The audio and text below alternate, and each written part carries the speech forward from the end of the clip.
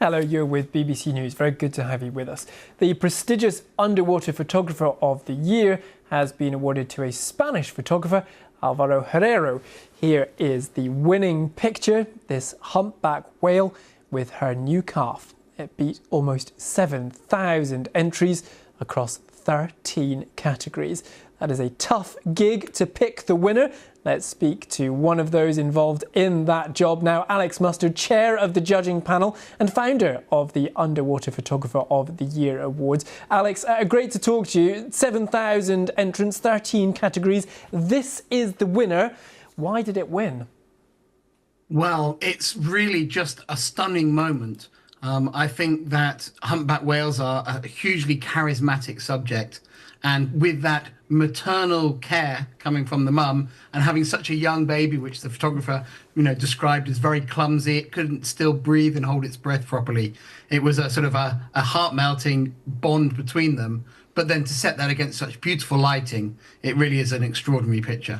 When you look at photography awards like the Wildlife Photographer of the Year, for example, there's the incredible content, but there's also the technical skills behind the camera that help capture this image. Now, those are difficult enough.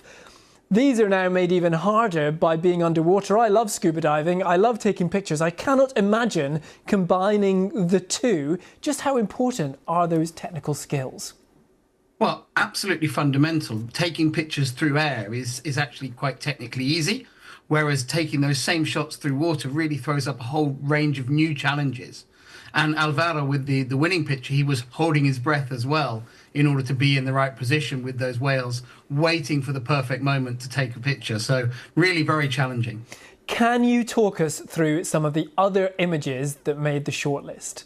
I'll be delighted to, yeah. Crack on then. Oh, right. So, well, I think a real favourite with a lot of people so far is because underwater photography, although it's a niche activity and there aren't very many of us, actually you can take all the diversity of pictures underwater that you can on land.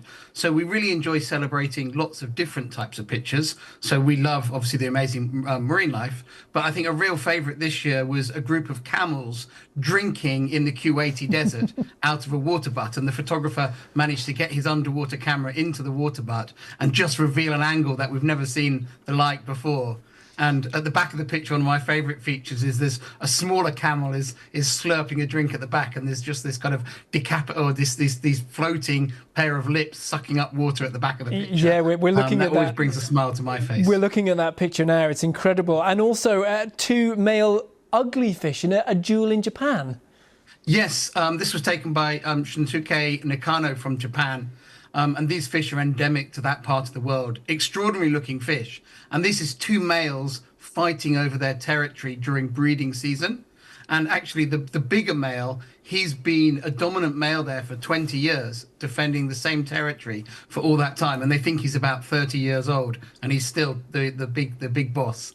We saw the camel picture that you just mentioned, technically underwater photography, but how creative do people get with underwater photography? Well, I think we, within the Underwater Photographer of the Year, we really like to encourage that creativity. We love to bring to the public types of images they will never have seen before. I think that's one of the marvels of photography is showing people things that they haven't seen. And in the underwater world, there's so many chances for that. So we obviously celebrate the amazing biodiversity of the oceans. Yeah. But we also really enjoy seeing swimming pool photos, photographs of people underwater doing interesting things, shipwrecks, and even camels. Alex Mustard, we will have to leave it there. Thank you so much for sharing those incredible photos with us. And of course, a quick internet search will bring up the other images for you.